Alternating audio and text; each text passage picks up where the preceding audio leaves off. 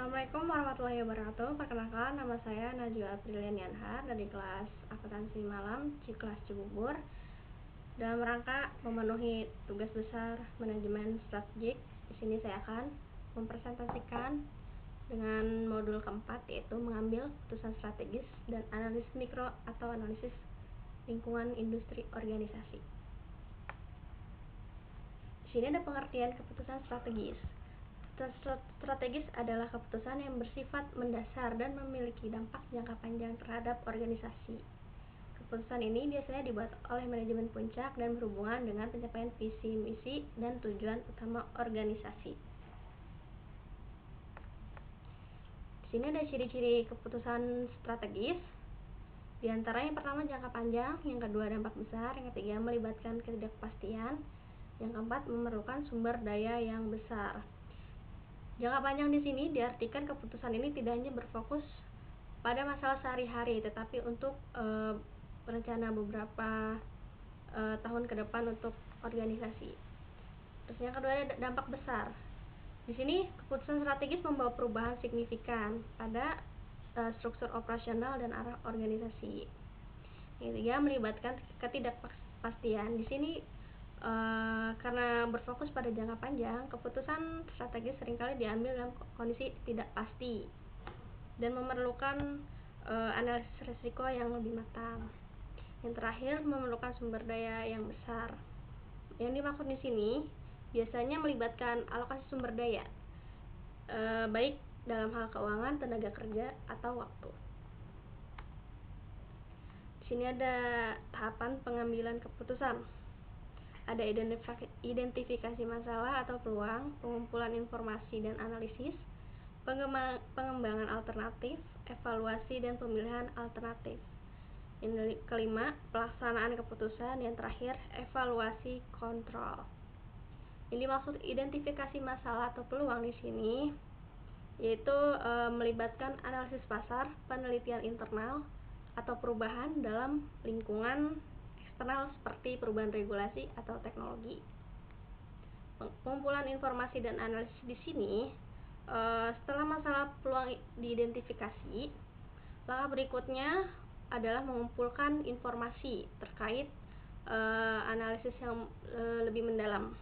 Bisa berupa data keuangan, sumber daya manusia, dan sebagainya, ataupun yang dari eksternalnya ada pasar, kompetisi, dan tren industri. Yang ketiga ada pengembangan alternatif. Yang dimaksudkan di sini ada beberapa alternatif keputusan yang dikembangkan, seperti setiap alternatif perlu dievaluasi dari segi keuntungan, kerugian, dan risiko. Yang keempat ada evaluasi dan pemilihan alternatif. Yang dimaksud di sini, setelah alternatif di atas dikembangkan, langkah selanjutnya adalah mengevaluasi alternatif, memperhatikan jangka pendek dan jangka panjangnya, serta biaya dan risiko. Sini ada pelaksanaan keputusan. Yang dimaksud di sini adalah keputusan telah diambil kemudian diimplementasikan. Ini melibatkan penyusunan rencana yang spesifik. Yang terakhir evaluasi dan kontrol. Ini langkah terakhir dalam pengambilan keputusan strategis. Apakah tujuan yang ingin dicapai? Apakah keputusan tersebut memberikan dampak positif atau sebaliknya? Nah, selanjutnya ada faktor-faktor yang mempengaruhi pengambilan keputusan strategis. Di antaranya pertama lingkungan eksternal. Lingkungan eksternal di sini perubahan dalam regulasi, ekonomi global, teknologi, dan kompetisi. Yang kedua ada budaya organisasi. Di sini yang dimaksud ada nilai-nilai budaya, keyakinan, dan norma yang berlaku dalam proses pengambilan keputusan. Yang ketiga ada sumber daya. Sumber daya di sini ada finansial, ada manusia, ataupun teknologi yang menjadi pertimbangan. Yang terakhir pemangku kepentingan. Yang dimaksud di sini adalah stakeholder atau pemegang saham, karyawan, dan pelanggan yang perlu dipertimbangkan setiap keputusan. Sini contoh keputusan strategis. Yang pertama ada pengembangan produk. Di sini diartikan keputusan untuk menciptakan atau memperkenalkan produk baru ke pasar yang memerlukan riset dan pengembangan serta pemahaman mendalam tentang kebutuhan konsumen. Yang kedua ada ekspansi pasar, memutuskan untuk memasuki pasar baru secara geografis maupun segmen pelanggan baru. Ini melibatkan analisis resiko dan potensi keuntungan dari langkah tersebut.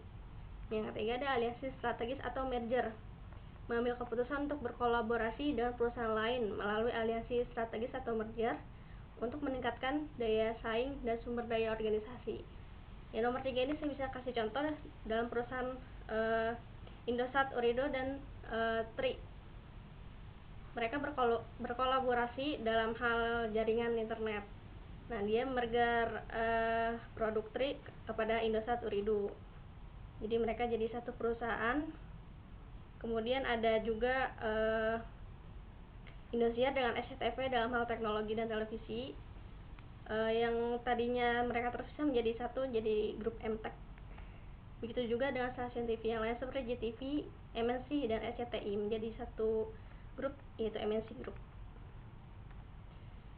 Di sini ada tantangan dalam pengambilan keputusan strategis. Yang pertama, ketidakpastian masa depan, perubahan pasar atau kondisi ekonomi yang tidak dapat diprediksi. Seperti yang kita ketahui, karena dampak corona di tahun 2020 membawa dampak besar dalam pengaruh ekonomi.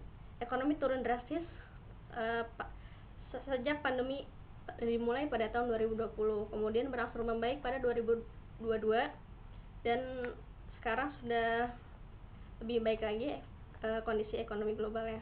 Yang kedua ada resistensi terhadap perubahan. Perubahan besar seringkali menghadapi resistensi dari internal organisasi. Yang ketiga ada kompleksitas masalah. Masalah strategis seringkali bersifat kompleks dan multidimensi, sehingga membutuhkan analisis menyeluruh. Mengapa keputusan strategis itu penting? Keputusan strategis penting karena menentukan arah jangka panjang organisasi, memengaruhi daya saing, inovasi, dan keberlanjutan pasar. Tanpa keputusan strategis yang tepat, organisasi beresiko stagnan atau gagal bersaing di pasar yang dinamis. Dengan memahami proses dan pentingnya pengambilan keputusan strategis, manajemen dapat memastikan bahwa yang diambil akan memberikan dampak positif bagi organisasi di masa depan. Selanjutnya ada analisis mikro atau lingkungan industri perusahaan. Ini ada penjelasannya, yaitu analisis mikro atau analisis lingkungan industri adalah kajian mendalam terhadap faktor yang langsung memengaruhi operasi perusahaan di dalam industri tertentu. Analisis mikro lebih fokus pada faktor-faktor yang mempengaruhi persaingan dalam industri dan bagaimana perusahaan dapat mengambil keuntungan atau mengatasi tantangan tersebut. Di sini ada tujuan analisis lingkungan industri. Yang pertama, memahami kondisi kompetitif di dalam industri. Yang kedua, mengidentifikasi peluang yang dapat dimanfaatkan untuk keuntungan kompetitif. Yang ketiga, ada mengidentifikasi ancaman yang dapat merusak posisi perusahaan. Yang terakhir, menilai kekuatan dan kelemahan perusahaan dibanding dengan pesaing. Di sini bisa menggunakan analisis SWOT, strength, weakness, opportunity, dan threat, yaitu ancaman. Di sini ada model yang digunakan dalam analisis industri. Yang pertama ada Porter 5 Force Model. Ini ada ancaman pendatang baru, threat of new entrants, daya tawar pemasok, bargaining power of suppliers. 3 ada daya tawar pembeli, bargaining power of buyers. 4 ada ancaman produk pengganti, threat of substitutes. Yang kelima ada persaingan antar pesaing yang ada, competitive rivalry among existing competitors.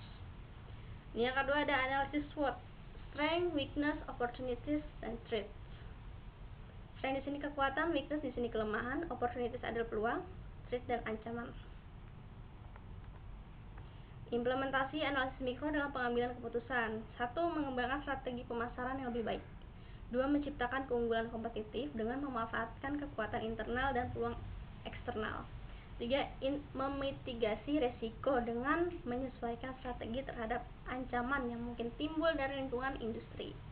Yang keempat, mengoptimalkan sumber daya dan efisiensi operasional dengan merespon perubahan kekuatan pasar. Di Di sini ada beberapa manfaat analisis mikro atau lingkungan industri. Yang pertama, menentukan posisi perusahaan dalam pasar dan bagaimana menghadapi pesaing. Yang kedua, mengidentifikasi peluang untuk meningkatkan pertumbuhan dan perluas pangsa pasar. Yang ketiga, meningkatkan daya saing melalui strategi yang lebih baik dan berorientasi pada pasar. Yang terakhir ada mengurangi resiko dengan memahami ancaman eksternal dan mengambil tindakan pencegahan. Di sini bisa kita ambil kesimpulannya. Yang pertama, pengambilan keputusan strategis. Di sini proses penting menentukan arah jangka panjang organisasi. Keputusan ini memiliki dampak besar, melibatkan ketidakpastian dan memerlukan alokasi sumber daya yang signifikan. Proses pengambilan keputusan strategis meliputi identifikasi masalah atau peluang, pengumpulan informasi, pengembangan alternatif, evaluasi dan pemilihan alternatif, pelaksanaan keputusan, serta evaluasi dan kontrol. Sementara dari analisis mikro atau lingkungan industri berfokus pada faktor-faktor yang langsung mempengaruhi operasi perusahaan dalam industri tertentu.